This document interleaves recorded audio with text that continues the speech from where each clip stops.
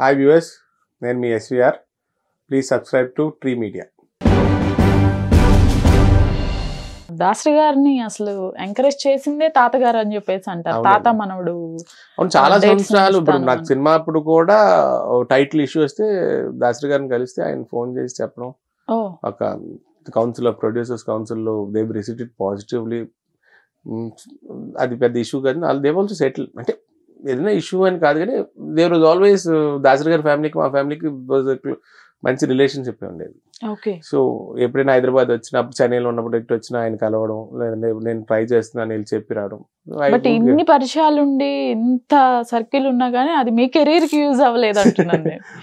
అది ఫేట్ అనుకోండి. ఇప్పుడు వెరీ నోటెడ్ డైరెక్టర్, వాళ్ళ కాంట్రవర్సీస్ కూడా వస్తారు, పేర్లు వద్దు కానీ ఆయన వెళ్ళి కలిశాను త్రూ సోర్స్ అని కూడా. మాకు ఇంకో cousin, is now a director now industry. వెళ్ళి కలిస్తే ఆయన మరి పీక్ లో ఉన్నాడు. ఆయన ఏమన్నాడు సింపుల్ గా, నిన్నే ఎవరు మీ తాతగారి పేరు చెప్పి వచ్చారు నాన్న అన్నాడు. సరే ఆయనతో సినిమా చేసుకోండి అని వచ్చాను. అలాగే మీకు నేను చెప్పే చాలా చిన్న ఇష్యూస్. ఇలాంటి స్ట్రగుల్స్ అసలు బ్యాకింగ్ ఉన్న నాకే అంటే బ్యాకింగ్ లేని వాళ్ళ పరిస్థితి ఏంటి? I have a father figure అనుకోండి, గాడ్ ఫాదర్ అనుకోండి, చాలా మందికి ఇన్స్పిరేషన్ అనుకోండి, కానీ నేనే చాలా కష్టాలు పడ్డా. Okay. So I have that value to others. Director అంటే ఈజ్ పాయింట్ ఆఫ్ వ్యూ. ఆయన నన్ని వాళ్ళు ఏ క్యారెక్టర్లో చూసుకోలేకపోతున్నారు. కొంతమంది అనుకోండి, వన్ ఆఫ్ లీడింగ్ ప్రొడక్షన్ హౌస్కి ఒకసారి అంటే నేను అనుకునే క్యారెక్టర్ నువ్వు బాగా చిన్నపిల్లలాగా ఉన్నాను అన్నారు. సరే సార్, ఆడిట్ చేసి చూసుకోండి, ఫోటోషూట్ చేయండి, అప్పటికి మీకు అలా అనిపిస్తే నేను షూట్ అయ్యే క్యారెక్టర్ మీకు ఉన్నప్పుడు పిలవండి అని చెప్పారు. వాళ్ళు ఫోటోషూట్ చేసుకున్నారు, అది వాళ్ళ క్యారెక్టర్కి షూట్ అయ్యారు, మేకప్ టెస్ట్ అంతా బాగుంది. అన్ఫార్చునేట్ ఆ మూవీ ముందుకు వెళ్ళా. కానీ నేను అనేది, సో మన్ని చూసే విధానం ఉంటుంది. నేనే 10 సార్లు 10 రకాలుగా ఉంటానని నేను చెప్పుకుంటే అవ్వదు కదండి. They have to see in a different way. So మీరు అన్నట్టు ఉన్నారు, కానీ ఏం వర్కౌట్ అవ్వలేదు అంతే. కానీ ఇవన్నీ చూసి ఇంకా లేదు మనమే చేసేద్దాం మూవీ అని దిగారా మీరు? అలా అని కాదండి. ఆ టైంకి my interest on the film చచ్చిపోతుందేమో, లేకపోతే ఇంకోటో. I was very eager to do a film, మంచి సినిమా చేయాలని. ఆ టైంలో ఏదో ఫ్రెండ్ మేము ఏదో డిస్కస్ చేస్తుంటే, ఆ టైం మనీ ఏదో వస్తే ఆ టైం ఆ రిస్క్ తీసుకోవాలి. It is getting too late ఏమో, I'm not getting noticed in different way అనుకుని ఆ రిస్క్ తీసుకోవడం జరిగింది. టు బి ఫ్రాంక్ ఏంటంటే, I made a lot of mistakes on that అని. ప్లానింగ్లో బ్యాడ్ ప్లానింగ్, ఒకే మనిషిని నమ్మి ముందుకు వెళ్ళిపోవడాలు. హీఈస్ వెరీ గుడ్ నౌ, మంచిగా జరుగుతుంది, he's now settle, is doing a big film. I have no regrets అండి. I wanted to do a film and I wanted to release it at first point. వాళ్ళు తీయడం కాదు, release చేయడం కష్టం అన్నారు. Okay, I might lose or నాకు డబ్బు వస్తుంది, డబ్బు పోదన్న తాతయ్య గారి పేరు పాడవకూడదు. At least I have to release the film. ఒకనొక స్టేజ్ ఏమైపోయింది, I could not take care of the production as well as acting in the film. I was too concern what is happening. అనుకున్న బడ్జెట్ కన్నా ముందుకు వెళ్ళిపోతున్నామేమో. So there was lot of various reasons. ఏదో చేసేయాలని చేయలేదండి. I really like the script. నాకు చెప్పిన cinema తీసుకున్నా సరిపోయేది. ఎక్కడ మిస్టేక్ జరిగింది విష్ణు గారు? ఎంత లాస్ అయ్యారు అసలు ఆ మూవీకి? లాస్ ఏం లేని, ఫిగర్స్ ఆర్ డిఫరెంట్, కానీ I had a good experience అంటే. దాని తర్వాత దానివల్ల I got 2 other opportunities. But మీకు చెప్తాను కదా, maybe choices were wrong. Loss ఏంటంటే, we started off in a very good note అండి. తర్వాత డీవియేట్ అయిపోయిందండి. అనుకున్న బడ్జెట్ కన్నా డీవియేషన్ బాగా వస్తుంది, ఇంకోటి ఏదో ఖర్చు పెట్టాలి. దేవర్ ఫస్ట్లో అబ్రాడ్ షూటింగ్ లేదండి. We decide strictly to shoot in ఏపీఏ. నాట్ ఈవెన్ చరణ్ అని, చరణ్ రెడ్డి, ఆయన కోదండరామ్ గారి రెస్టారెంట్ అనుకుంటా. మూడ్ ఆన్ ఫ్రమ్ దాట్ అండి. మా పిల్లలు ఎంజాయ్ చేస్తారు, చూసిన వాళ్ళందరూ బాగుంది సినిమా. ఫస్ట్ 2 shows అయ్యాక 1 week హెవీ రెయిన్. అట్లీస్ట్ ఇప్పుడు లాసెస్ లో అది కూడా కలిసి వచ్చింది అనమాట. So Ceded was very good. Ceded లో కలెక్షన్స్ బాగానే వచ్చినాయి, వైజాగ్ సైడ్ బాగానే వచ్చినాయి. Hyderabad was little less, Telangana was little less, but major portion of the hardcore ఆంధ్రాలో it was heavy rain. So అనుకున్నంత రాకపోయినానే it's okay, not bad film. అంటే ఇప్పుడు ఫర్ ఎగ్జాంపుల్ వాళ్ళు చూసే రిలీజ్ చేశారు. సురేష్ బాబు గారు వాళ్ళ టీంని పంపారు, చూసుకున్నారు పెట్టేసి కమర్షియలీ వైబుల్ అవ్వకపోతే వాళ్ళు రిలీజ్కి రారు కదండి ముందు.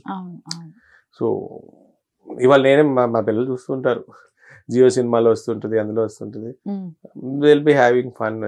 వి ఫస్ట్ ఏంటంటే entry we thought would have to be light, ఒక కామికల్ ఫిల్మ్ చేద్దాం, యాక్షన్ కామెడీ అని మొదలెట్టు. ఇలాంటి రెఫరెన్స్ సినిమాలు చాలా వచ్చి చాలా laid lot of money. Okay, ఆ ట్రెండ్ స్టార్ట్ చేసిన నేను అతను. We made the film only for 2 hours and 2 minutes, drag చేసినట్టు ఉండకూడదు. ఓకే, సో స్క్రిప్ట్ వైజ్ అంటే there were lot of importance in missing. Once we completed shooting అన్నారు అంటే వేరే ఇట్ వాజ్ డీవియేటింగ్. మీకు చెప్తాను కదా, అనుకున్న దానికన్నా డీవియేట్ అవుతూ అనుకున్న మేజర్ ప్లాన్ స్టిక్ ఆన్ అవ్వకుండా. ఇప్పుడు నేను ఒక్కడిని అయిపోవడం వాజ్ వెరీ, ప్రొడక్షన్ చూసుకుని ఇటు యాక్టింగ్ చేయడం, అక్కడ major problem was that. So I could not concentrate on anything both. I did not have the right team. ఎందుకంటే నాకు ఉన్న టీంకి ఎవరికి రియల్ టైమ్ సినిమా ఎక్స్పీరియన్స్ లేకుండే. I did not wait for that for them to get. So ఆ movie మొత్తంలో ఒక పర్సనే మిమ్మల్ని మోసం చేశారు. నన్ను నేనే చేసుకున్నా, ఇంకో పర్సన్. నేను ఐమ్ నాట్ బ్లేమింగ్ ఎనీబడి. నాకు ఎవరు మోసం చేయలేదండి. బేసిక్లీ ఏమైందంటే I made the wrong choices. మోసం చేశారు అనే పాయింట్ ఈస్ వెరీ బిగ్. మోసపోయేవాడు ఉన్నంతకాలం మోసం చేసేవాళ్ళు ఉంటారు అనేది ఇస్ లాజిక్. కానీ నేను తెలుసుకోలేకపోయేది నా ఫాల్ట్. ఇది చెప్పారు, ఇది ఎందుకు జరగట్లే, ఐ నెవర్ క్వశ్చన్. నేను క్వశ్చన్ చేస్తే కదా మోసపోకుండా ఉండేది. నేను ఎందుకు క్వశ్చన్ చేయలే? Because I had the fear. ఏదైనా తేడా జరిగితే ఆగిపోయింది అంటారు. మళ్ళీ ఆల్రెడీ ఒకసారి ఆగిపోయింది ఒక సినిమా రిలీజ్ అవ్వలేదు, ఇది ఏదైనా అయితే what would happen. It is not concern of the money అండి. ఐ హ్యాడ్ దట్ అనుకోకుండా కొంచెం when we are in the middle of the production I got that fear. బయట సినిమాలు చేయడం వేరు, సొంతంగా మొదలెట్టి తాతయ్య గారి పేరు పెట్టి ఒక కంపెనీ పెట్టి I did not want that to get disturbed. So I had to okay ఏదో ఒకటి we have to finish the film at a different stage. Okay we have to move on అనేది, that is what I felt. మీరు అన్నది ఎవరు ఒక్కలేను కదండి, నేను మోసపోయాను కాబట్టి అన్నది కదండి. I did not have the guts to or the ముందుకెళ్ళి నేను ఎందుకు క్వశ్చన్ చేయలేదు. మనం ఇది అనుకున్నాం, ఎందుకు ఇది జరగట్లేదు. కోర్ టీమ్ ఒకటి ఉండేది చూసారా, మేడ్ డిసిషన్స్. ఒక ఫ్రెండ్ ఒకటి ఉండేవారు, డైరెక్టర్ ఉండేవారు. కానీ every time everybody wanted to impress me or everybody want to show something new on the screen. అంటే అతను టెక్నికల్ పెట్టి తీసుకొని తను ఏదైనా ముందుకు చేస్తే that would bring the cost up. అది ఎందుకు చేస్తున్నారని నేను క్వశ్చన్ చేయాలి కదా, నేను చేయలేకపోయాను. Because I had the fear of cinema ఏదైనా రిలీజ్ అవ్వలేకపోతేమో ఏంటో. దట్ నన్ను బాగా ఇది తినేసి ఆఫ్టర్ దట్ మీకు అదే చెప్తాండి. ఆఫ్టర్ దిస్ తర్వాత 2 సినిమాలు చేసి చెప్పింది ఒకటి, రిలీజ్ అయింది ఒకటి, చూపించేది ఒకటి, కొంచెం డిప్రెస్ స్టేట్లో ఉన్నప్పుడే మామయ్య అన్నారు you have to take a break right now, ఇది కరెక్ట్ కాదు process, we will plan out something at latest stage అన్నప్పుడు I stop doing films and move on to my native place. తర్వాత నెగిటివ్ రోల్స్ కూడా మీరు అన్నట్లు చేశారు కొన్ని. మూవీలో ఆఫర్ అన్ని కన్ఫర్మ్ అయిన తర్వాత కూడా, డేట్స్ ఎవ్రీథింగ్ కన్ఫర్మ్ అయ్యాక కూడా మీ వరకు వచ్చి మిస్ అయినవి కూడా ఉన్నాయండి. ఓకే, ఈవెన్ ఫర్ ఎగ్జాంపుల్ నాకు కరెక్ట్గా గుర్తు రావట్లేదండి. ఒక క్యారెక్టర్కి అన్నీ అనుకున్నాక ఇంకొక 1-2 months షూటింగ్ ఉన్న డేట్స్ పలానా టైంలో డేట్స్ కావాలి అని చెప్పాక సడన్గా డైరెక్టర్ గారికి ఎందుకు మైండ్ మారిపోయింది. శ్రీరంగారావు గారు మనోడికి అంత చిన్న క్యారెక్టర్ మనం చేయలేమండి, నెగిటివ్ క్యారెక్టర్ అయినా చచ్చిపోయే క్యారెక్టర్ అయినా ఎంత ఇంపార్టెంట్ అయినా ఆయనకి చిన్న క్యారెక్టర్లు మనం ఏం చేయించుకో. ఇలా చాలా సినిమాలు పోయి ఉంటాయి. నేను ఓపెన్గా ఉన్నా దేర్ పాయింట్ ఆఫ్ వ్యూ సడన్గా ఎందుకు మారిపోతుందో తెలీదు. ఫర్ ఎగ్జాంపుల్ జైబోలో తెలంగాణ ఉంది, స్టార్ట్ అయినప్పుడు ఒకలాగా ఉంది, నాకు చెప్పినప్పుడు ఒకలాగా ఉంది. 80% ఆఫ్ ద క్యారెక్టర్ కరెక్ట్గానే ఉంది, కానీ 20% మారిపోవడం ముందు ద కాంప్లెక్స్ క్యారెక్టర్లో మారిపోవట్లే. అంటే ఆ రోజు ఆ సినిమాకి తెలంగాణ సెంటిమెంట్ మీద అనే సినిమాకి they wanted their sentiment to be more visual. Okay, character ఒక క్యారెక్టరైజేషన్ మార్చేసారు బేసిక్లీ. ఒక ఫ్రెండ్స్ మధ్యన ఇప్పుడు ఏమవుతుందినా, మా చెల్లి ఇంకో రాష్ట్ర ప్రేమించి పెళ్లి చేసుకుంటే ఇబ్బంది ఏముంది, అక్కడ ఫైట్ చేయాల్సిన క్యారెక్టర్ని ఏం చేశారు, ఫైట్ చేసి వీళ్ళిద్దరిని కలపాలి, రాష్ట్రాలు వేరైనా మనుషులు ఒకరిని చూపించాల్సిన క్యారెక్టర్ని సడన్ గా ఇంకెవరో వచ్చారు, ఆయన ఎందుకో కత్తి పట్టుకు తిరుగుతాడు, ఎందుకంటే ఇందులో నన్ను హాస్పిటల్ బెడ్ మీద ఒక షాట్ తీశారు, ఆల్రెడీ నేను కొట్టి పాడేశారని. ఇక్కడ ఫైట్ చేసి ఫ్రెండ్తో హీరోని ఎలివేట్ చేసి వీళ్ళిద్దరిని కలపాల్సిన క్యారెక్టర్ హాస్పిటల్ బెడ్ మీద ఉంది, ఆడెవడో వస్తున్నాడు కత్తితో పొడుస్తున్నాడు, ఇంకోటి ఏదో జరుగుతుంది. That is what I tell. Director evolve అవుతూ వాళ్ళ వర్షన్స్లో వాళ్ళకున్న కంపల్షన్స్లో డిఫరెంట్ క్యారెక్టరైజేషన్ మాత్రం. ఎందువల్ల అంటే ప్రొడ్యూసర్ సైడ్ నుంచి వీళ్ళ సైడ్ నుంచి మీకు అదే చెప్తాను, అది I cannot comment on that. నాకు చెప్పినప్పుడు అలా చెప్పారు, అది నాకు ఎందుకు తీయలేదని నేనేం క్వశ్చన్ చేస్తాను, తీయలేదు. రిలీజ్ మనం డబ్బింగ్ చెప్పినప్పుడు ఏంటి మనం చెప్పిన ఆ ఫైట్ ఏమైందంటే ఆ తర్వాత చూస్తే వేరే లాగా ఉంది fight. Okay, so that is what each time అలా చెప్తుంది. ఒక సినిమాకి ఇద్దరు హీరోలు, ఐ వాజ్ మెయిన్ లీడ్, వీళ్ళిద్దరికి ఏం జరుగుతుంది, వాట్ ఈస్ ద డిఫరెన్స్ అనేది పాయింట్ అండి. ఆ పాయింట్ ని ఎస్టాబ్లిష్ చేయాల్సింది నేను. నాకే ఒక హాఫ్ ఎ డే షూట్ చేశారు నా only entrance of the scene.